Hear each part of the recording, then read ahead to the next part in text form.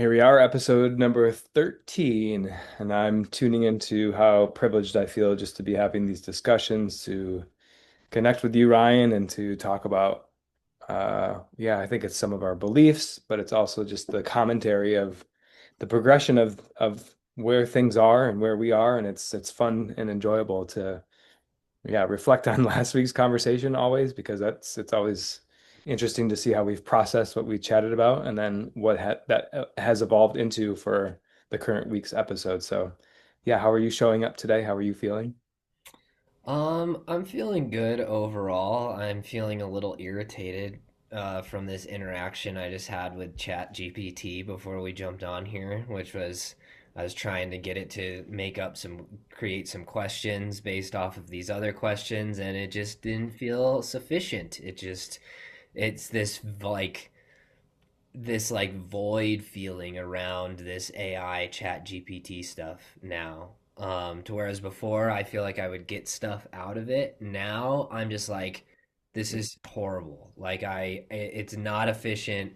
It's like I'm talking to an autistic 7-year old who I'm trying to get like crazy complex things from. And I think it's interesting because I feel like this is this general feeling that's playing into this like uh setting and dawning feeling of like things are finally setting and dawning at the same time, and it's this recognition of like being so done with something that I'm actually allowed to be done with it, that I don't have to make the best of it and then figure out how to keep using it and put myself back in this like loop.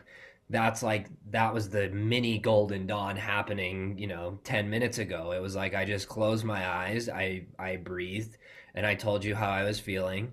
And then you kind of laid out a structure and now we're talking. And yeah, it's just interesting to reflect on that experience and see how this is coming in like two views. It's like, okay, it's the dawning, we're getting this new, we're making all things new.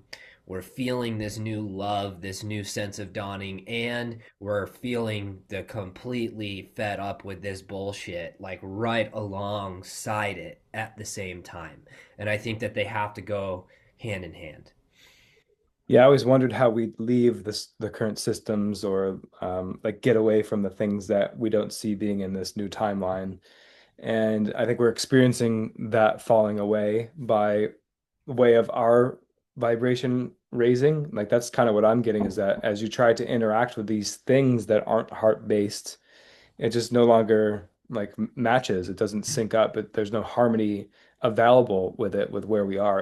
And in order to harmonize with it in the past, we had to drop ourselves, and there's really there's no accepting that now. And so all we're getting is these clashes with things like Chat GPT that are it sort of works off control. Like it needs you to control it, and that's not really what a heart-based being does. So like we almost don't even know how to do that anymore, where we can ask the question and it gives us the response like, nah, that's not really what I wanted.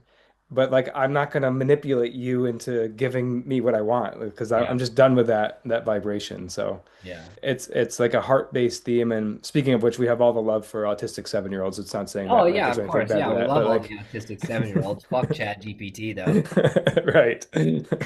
When it's not giving us it's not able to interact with us in a way that doesn't allow us to need to control it. And that's why things like that are falling away. Yeah, when it's giving me what I want and it's working well, I love it. But when it doesn't give me what I want, it's like fuck off. But I'm that was kind of a joke because Mhm. that's kind of the problem that we're having right now in this society is like Mm. conditionality, right? And I feel that conditionality come out from me towards the AI stuff and towards the technology and the devices and the computer and the internet. And it's like everything you're saying, it's like I needed to be in a state of control to like interact with that stuff. I needed to Mm. be in some part of my life, I needed the vibration of control in a subconscious way.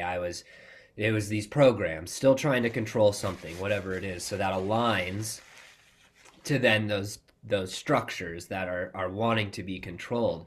But I think the thing that I'm really noticing now is like before that stuff still mattered. Like it still had meaning to me. I Mm, still wanted to make cool images with Chat GPT. I still wanted to build my Instagram account because I was feeling a process of growth by speaking in the videos and and presenting this wisdom and going through that creative process myself. And now I that's the last thing that I want to do. I don't care about that at all. At all. And I've even, moved over to Substack and it's the same feeling. It's like, oh, I went from this Instagram space to Substack, and Substack's a little bit better, but it's like going from the service to self timeline to the neutral timeline. We're still not in the positive timeline when we're on Substack because we're on the internet, mm. so it's still going to have to require some level of like that type of interaction. So that's where the conflict is then coming in because I don't want to interact with things in that way anymore. And I think that's Yeah. what you're getting to. It's like we're just past the consciousness of wanting to have devices or interact with any type of system that wants to be controlled or wants to assert control on others. Boom.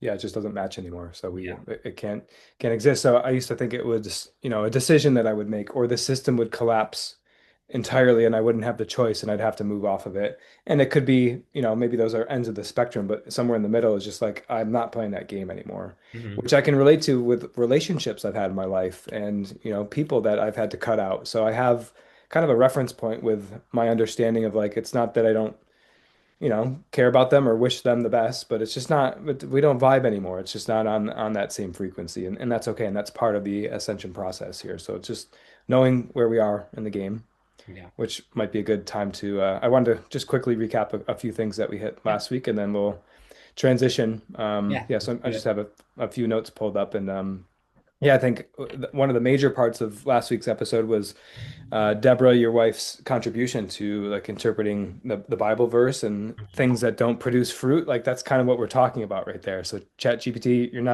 Chad, you're not producing the fruit that we need. So we, well, go watch that episode for reference to Yeah. that Bible verse. Yeah. You're producing the fruit that's filled with worms, That's right. filled with the poison. So it might be fruit, it might be a little tasty, but once you get further into that fruit, Ugh. you're gonna realize you just took a big bite out of some poop, basically.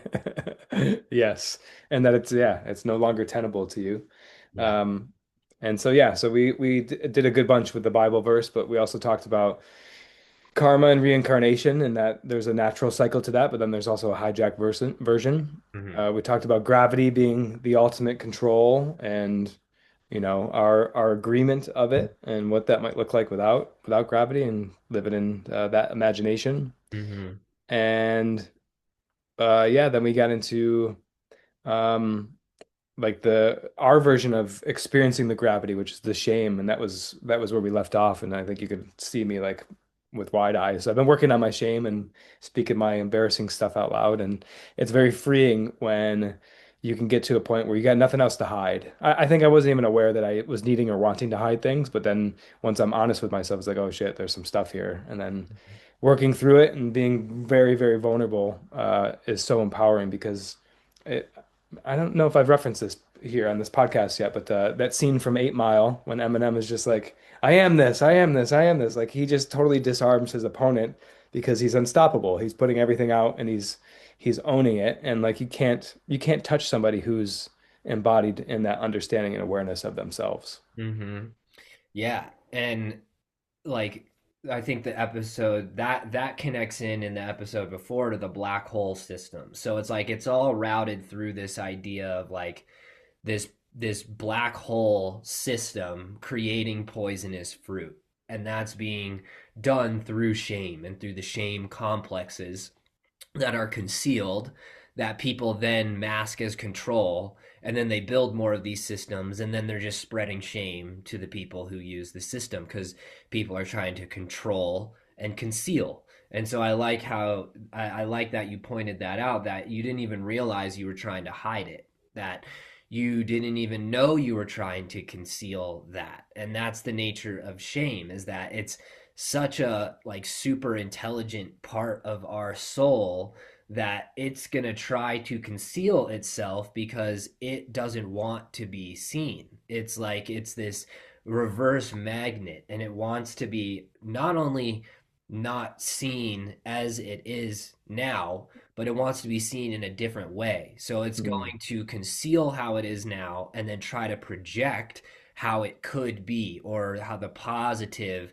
interactions with it could be. So it's like the predator or the parasite at work, but it's the like emotional side of the parasite. It's not like mm, it is the part that creates the hunger. It creates like the unsatiated hunger, the unsatiated appetite. And that's what these systems are trying to do to control. Um, and then on the other end, the shame isn't necessarily the thing that creates malice, but it's a catalyst to malice and to service to self behavior. So it's like we're recognizing how we move from a collective, from these black hole systems to what we're calling is the golden dawn. And what does that actually mean? And is this a physical shift? Are we going somewhere? Which I think we've talked about before. We're not going somewhere. The organic ascension isn't going anywhere. But is it a shift in our physical reality, or is it a shift in our perception, or is it both? yeah, I think it has to be both. I think we're starting to experience physical symptoms or changes that we've been wondering about.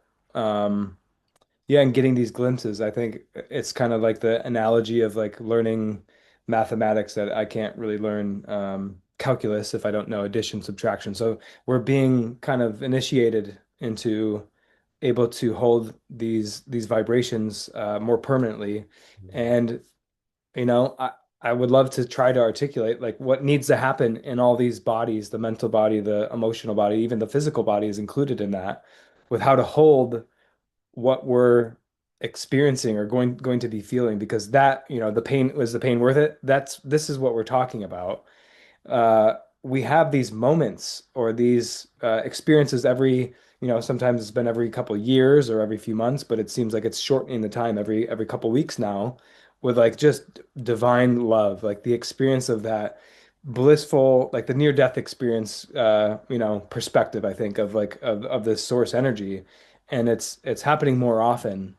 And it's, you know, I don't think we're supposed to know the answer yet to like what does that mean? What does reality look like when we're able to like anchor that in and that be like the anchored frequency by which we operate. And we're getting glimpses of that. And I think that's really exciting. So yeah, I'm excited about this episode talking and highlighting on the Golden Dawn. Mm-hmm. Yeah. The golden dawn. What is it?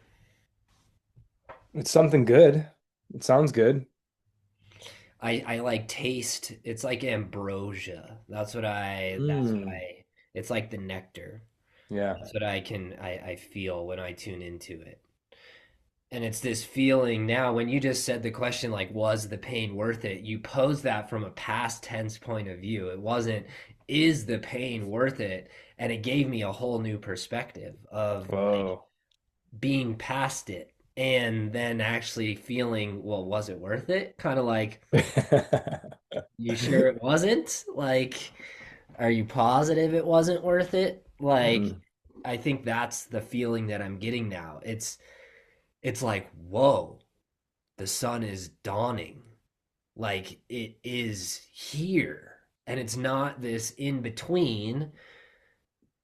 It might be in between for some people because they're distance in perception, but it's still happening simultaneously as a collective. Like every single person is experiencing the golden dawn right now, but they're going to experience it in their unique perspective, their unique point of view. So all of the shadows that are around them are going to start to become visible, and they might perceive that dawning as, you know, a deepening into darkness because that light is just burning and burning and burning. But in reality, it can't really be a deepening into darkness again. It is just a reincarnation. So they're not being sent into this like hellhole. It might look like that and be judged that way by certain people, but it's just another soul experience. So it's like, well, we as a collective have gone up in the scales. There's going to be people that go back down, but they're not going back down as far. It's like they go down and then they go up, and then some go back down and then they go up. Some go further up and then they go down. So it's like we're making the spiral. We're making our way up, and as we make our way up, it's the process of feeling ourselves being the dawn rather than just like we're watching this sun rise.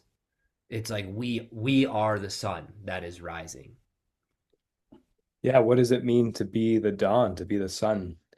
I'm thinking of some of the videos I've watched over the past year or so about like lunar consciousness and solar consciousness. So we're getting the experience of what it feels like. I can feel like we talked about this before we started recording, like imagination, right? Just like images versus like the embodied feeling of it, of like feeling like we're a light body, like existing as a light body, like feeling what that feels like and how I don't know, we're talking like plasma and like the borders of my skin that I can see kind of start to dissolve a little bit. And well, it's like I can see how they're created. It's the dimension that is creating the physical experience of it. Mm-hmm. And that's such a cool thing because it's not like the body isn't there, but we're experiencing both at the same time, Yeah. which is Yeah. like, So what? yeah, exactly. And it's it isn't just going to be like watching a sun rise. Like that's what being the sun is like we are the process of rising. So there's going to be a whole other dimensional experience that wasn't there before. Like it's not like we're heading back into what we have already experienced before that was good and what we can imagine is good. We're heading into the goodness that is like the reason for living. That is the nectar for of source. So it's going to be new. It's going to be bigger than we can currently imagine because we're seeing it from a limited point of view. Mm. I'm getting this image of like the cosmos breathing. It's like a breath, right? So like when we spiral back up, we're kind of going back up with the breath. And in that way, it's new. But I wanted to ask, like, are there other breaths that have been taken Hmm. that are different time cycles of this gigantic time cycle of this breath? Are there other Yeah, ones that have already happened like this? yeah, definitely. There But had it's to have been, right? Because all, it's infinite. yeah, and it's all still always new. There can never be an experience in time that is perfectly identical to another experience in time. Even if something's parallel, it's still going to be unique. In Hmm. its own way. There's still going to be slight differences. There's that like it's not what word am I looking for? Like conformity. It's not we the universe isn't conforming to like Hmm. a uniform herd type of experience. It's always creating new combinations. And even if it hits the same notes that it hit earlier, it's hitting those same notes now, which is not before. So it's a different point in time. So it is a different experience. It's a unique push on that key, on that piano key, because it's we're moving in a current of time. And so it's like we have experienced these things. We have experienced the dawning before, but it's been in different ways. And I just lost my train of thought. Yeah, it's at different octaves. That's what it is. It's like Yeah. yeah, it's the same note, but it's played at a different frequency, and so it's showing up in a slightly different way, a slightly new, unique type of way. Yeah. Yeah. I see it as like the orchestra, but then also like the piece of like the composition. Then I see it as like the like I could see all the stages like it's the building blocks of something and it's also the completion point of something and like you can think of it as we're talking about the golden dawn but it's also we're in the stage of the golden dawn and this golden dawn hasn't isn't going to look like all the other golden dawns. There are parallels to it, but it's still a unique piece in its own way. It's like a symphony that's played over and over again, but each time it's new. The Hmm. notes are similar, if not the same, but the experience of it is different. Hmm. So Yeah. how you is Just goes up in the next octave because it's like a right. whole symphony could be played in a higher octave. You're right. Like the entire thing, or this section could be raised in an octave. So it's like it's gonna get a different tone, a different There we vibration. go. Yeah. Yeah, and so that's what the tone is. Why do we think we sing mantra and we say Om Mm. and Aum and we tone our bodies because our chakras are different levels of tones that are existing simultaneously within our body. So we could have a low tone, the ooh, or we have really high. It's like, or even higher than that. There's always another pitch.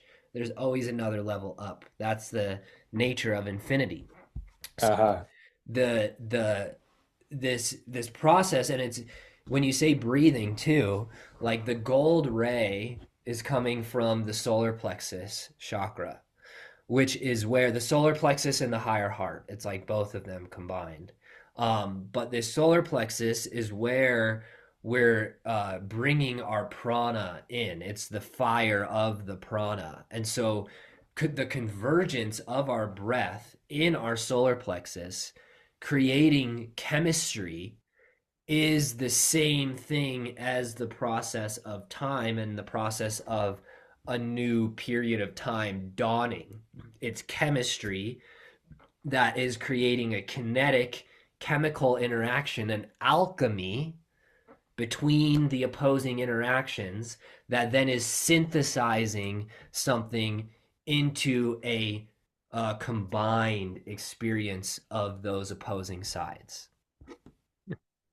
It's very beautifully put. It's rewarding to be able to put language to this, and like it still falls short, but it feels accurate. Yeah, like that feeling that I just got there when they click in, like that's the feeling of the golden dawn. It's Yeah, like it makes my body smile. It's like, right. oh yeah, Yeah. that's